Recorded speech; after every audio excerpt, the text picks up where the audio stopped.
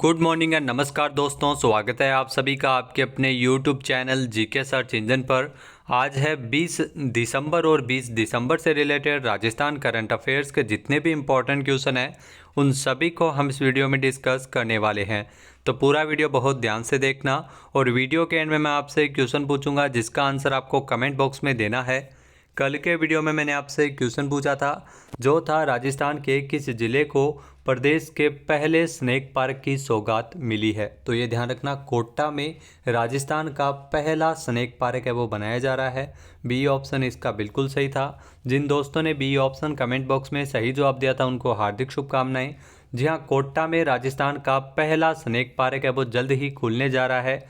उम्मीद की जा रही है कि नए साल के अवसर पर 2024 में कोटा को प्रदेश के पहले स्नेक पार्क की सौगात मिल जाएगी। इसके लिए ध्यान रखना 10 करोड़ रुपए का बजट निर्धारित किया गया था। इस स्नेक पार्क में 29 भारतीय और 4 अमेरिकन प्रजाति के सांपों को रखा जा सकेगा। विदेशी प्रजातियों में Mexican king snake, milk snake, corn और बॉलपाथन स्नेक भी इस पार्क की शोभा बढ़ाएंगे। तो चलिए स्टार्ट करते हैं आज के करंट अफेयर्स। पहला क्वेश्चन है, संसद के शीतकालीन सत्र की शेष अवधि तक के लिए राजस्थान से कितने सांसद निलंबित हुए हैं। तो ये ध्यान रखना, बहुत ही चर्चा का विषय है, आपके लिए क्वेश्चन जरूर पूछा जा सकता है। ऐसा पहली बार हुआ है जब एक साथ 141 सांसदों का निलंबन किया गया है, जिसमें राजस्थान के 4 सांसद भी शामिल है, यानी कि ए ऑप्शन इसका बिल्कुल सही है। 141 सांसद है वो लोकसभा और राज्यसभा के मिलाकर कुल निलंबित हुए हैं। आइए जानते हैं इंपॉर्टेंट फैक्ट्स। तो संसद के शीतकालीन सत्र की शेष अवधि के लिए निलंबित हुए सांसदों में से 4 सांसद राजस्थान के हैं, जिसमें प्रमोद तिवारी, के वेणुगोपाल, रणदीप सिंह सुरजेवाला और नीरज डांगी इसमें शामिल है।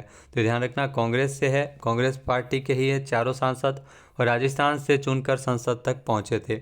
इसी के साथ ही लोकसभा और राज्यसभा से निलंबित होने वाले सांसदों की संख्या बढ़कर 140 हो चुकी है। पहली बार है जब इतनी संख्या में इतने सांसदों को निलंबित किया गया है। संसद की सुरक्षा में चूक और केंद्रीय गृह मंत्री अमित शाह के बयान की मांग को लेकर जारी हंगामे के कारण संसदीय कार्यवाही को बाधित करने के लिए दोनों सदनों के सांसदों को निलंबित किया गया था।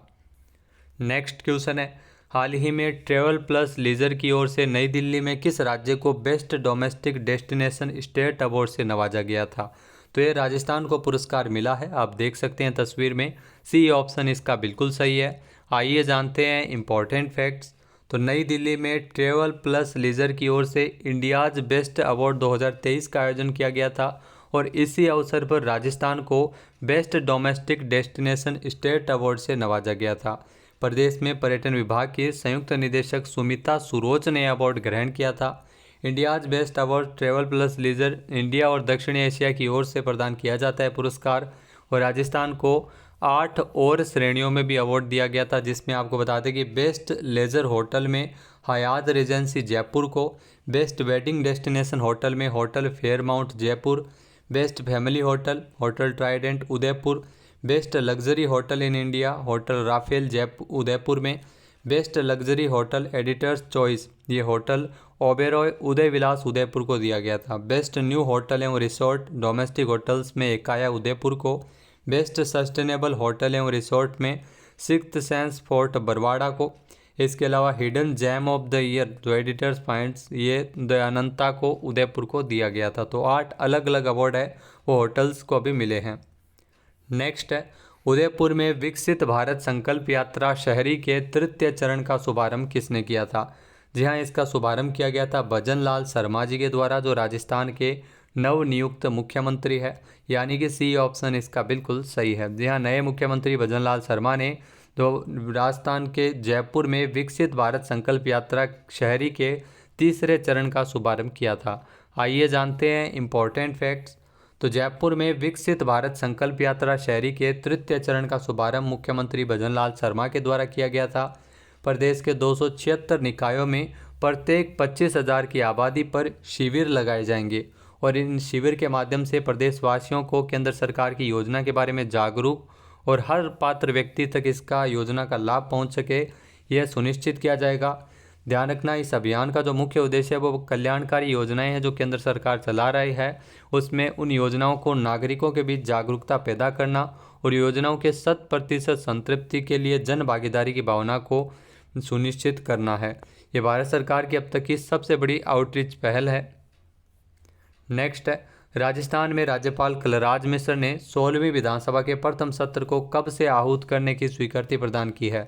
तो 16वीं विधानसभा का जो प्रथम सत्र है वो 20 दिसंबर से आहूत किया जाएगा, यानी कि बी ऑप्शन इसका बिल्कुल सही है। और इसमें राज्यपाल का अभिभाषण भी होगा। तो 20 और 21 दिसंबर तक ये 2 दिवसीय जो प्रथम सत्र है वो आयोजित किया जाएगा 16वीं विधानसभा का।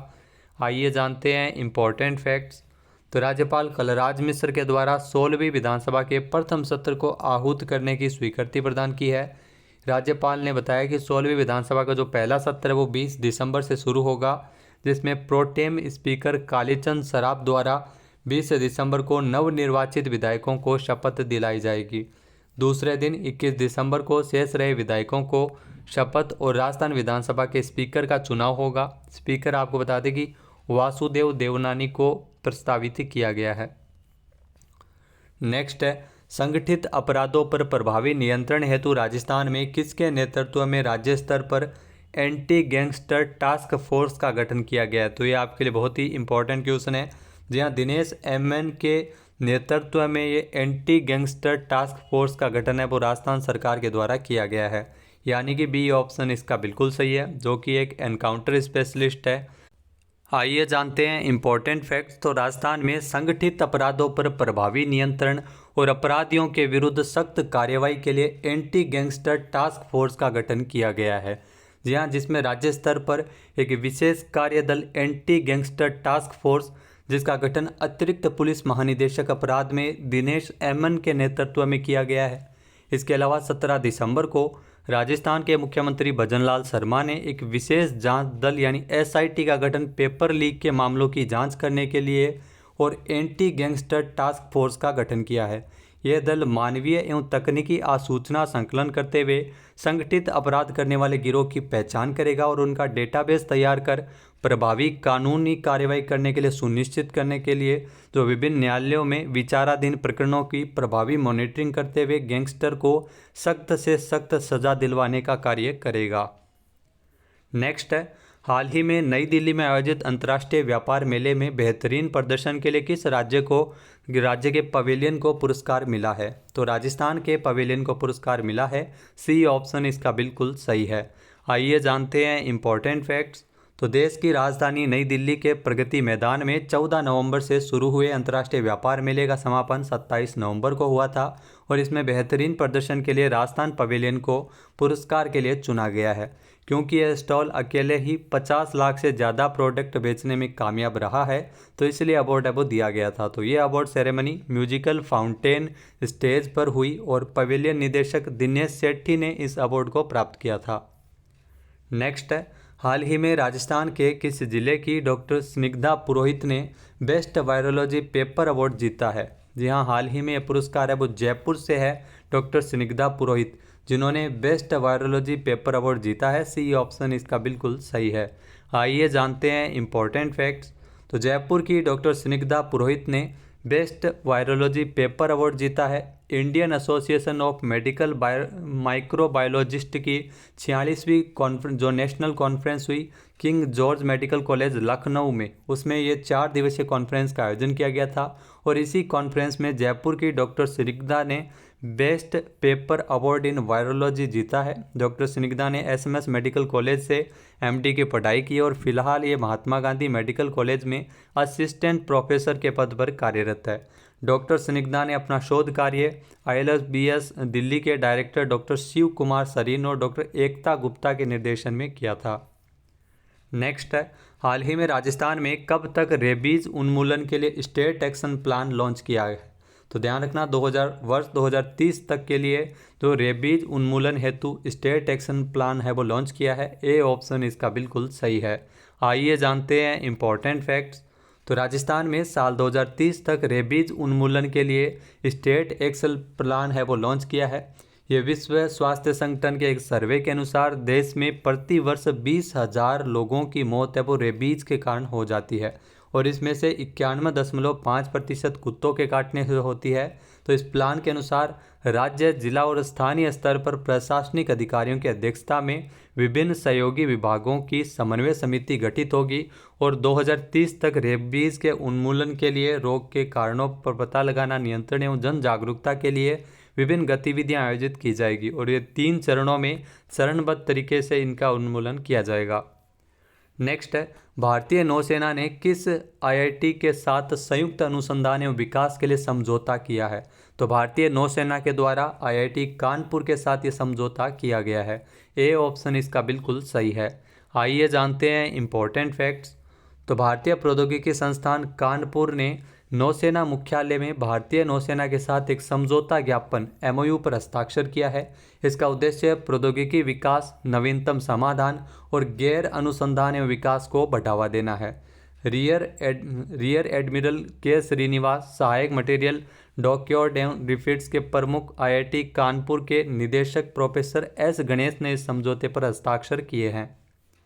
नेक्स्ट है, IPL इतिहास के दूसरे सबसे महंगे खिलाड़ी बने पैट कमिंस को किस टीम ने खरीदा है? तो सनराइजर हैदराबाद ने पैट कमिंस को खरीद लिया, जो दूसरे सबसे महंगे खिलाड़ी है। ताज्जुब की बात यह है कि पहले सबसे महंगे खिलाड़ी भी बन गए हैं, जिसमें पैट कमिंस की अगर बात की जाए तो ये दूसरे है और मिचेल स्टार्क है वो पहले खिलाड़ी है, वो सबसे महंगे खिलाड़ी है। तकरीबन 24.75 करोड़ रुपए में इनको खरीदा गया था और 20.5 करोड़ रुपए में पैट कमिंस को खरीदा गया था सनराइजर हैदराबाद ने, यानी कि ए ऑप्शन इसका बिल्कुल सही है। आइए जानते हैं इम्पोर्टेंट फैक्ट्स। तो ऑस्ट्रेलिया के कप्तान पैट कमिंस ने IPL नीलामी में इतिहास रचा है। जहाँ पैट कमिंस IPL इतिहास के दूसरे सबसे महंगे बिकने वाले खिलाड़ी बन गए हैं। वहीं अगर बात की जाए, सनराइजर हैदराबाद ने 2 करोड़ रुपए की बेस प्राइस वाले ऑस्ट्रेलियाई कप्तान को 20.5 करोड़ रुपए में खरीदा है। वहीं मिचेल स्टार्क को KKR ने 24.75 करोड़ में खरीदा है, जो अभी तक के सबसे महंगे खिलाड़ी है। अब बात करते हैं आज के हमारे क्विज के, जिसका आंसर आपको कमेंट बॉक्स में देना है। तो आज का क्विज है, राजस्थान में 16वीं विधानसभा में प्रोटेम स्पीकर किसे बनाया गया है? एक बार फिर से सुनिएगा, राजस्थान में 16वीं विधानसभा में प्रोटेम स्पीकर किसे बनाया गया है? इसका सही आंसर आपको कमेंट बॉक्स में देना है। और अगर ये वीडियो आपको पसंद आए तो इसे लाइक और शेयर करना बिल्कुल न भूलिएगा। चैनल पर नए हैं, सब्सक्राइब नहीं किया है तो अभी सब्सक्राइब बटन पर क्लिक करें। इस वीडियो की जो PDF फाइल है वो आप वीडियो के डिस्क्रिप्शन बॉक्स से डाउनलोड कर सकते हैं और इस क्वेश्चन का आंसर आप वोट करके भी कर सकते हैं। वीडियो देखने के लिए धन्यवाद। जय हिंद, जय भारत, जय राजस्थान।